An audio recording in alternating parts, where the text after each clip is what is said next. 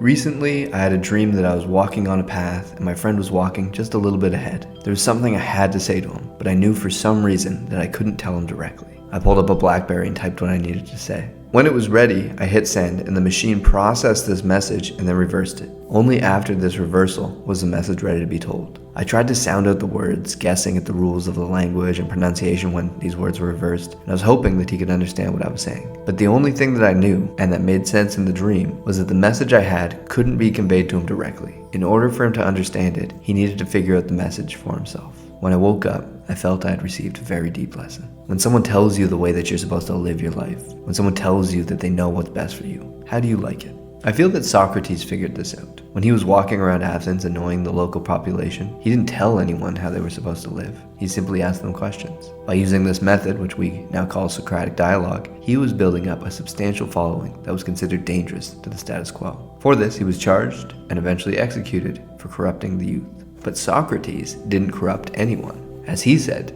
"I cannot teach anyone anything. I can only make them think." He asked questions in such a way that people were coming to their own conclusions, and they resonated a lot more with that than the random lectures of people telling them what's right from wrong. Going a little bit further to the east, many people don't like the Bible because it's told through story, and it's told in such a way that people take the stories literally and call cap on them.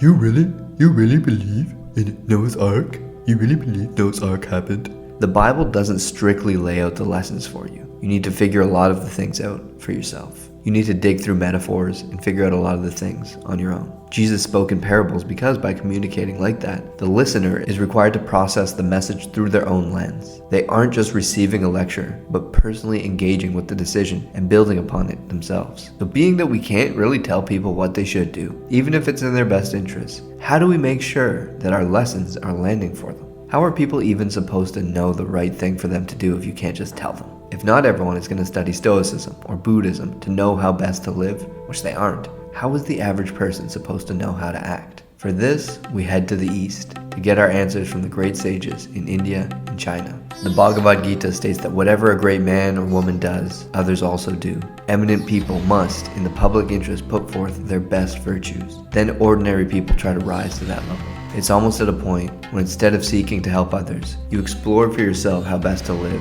And at that point, you let go of trying to help anyone and you just do what you feel is best. I believe Conor McGregor is a perfect example. Inspired a lot more people with his selfish quest to become the champ than someone else who set out to simply be an inspiration. People will say this is selfish. People will say you need to help others. But if you just do what you feel is right, live virtuously and authentically, people will notice that and seek to emulate that in themselves. There is no other way because you don't know what's best for anybody. You only can feel what's best for you. If that resonates with others, then they can emulate it. But you aren't making any attempt yourself outside of just being there if needed. And then finally, we can go further east and check in on the Tao Te Ching to hear about how a master would behave. It states that because the true master has given up helping, he is people's greatest help.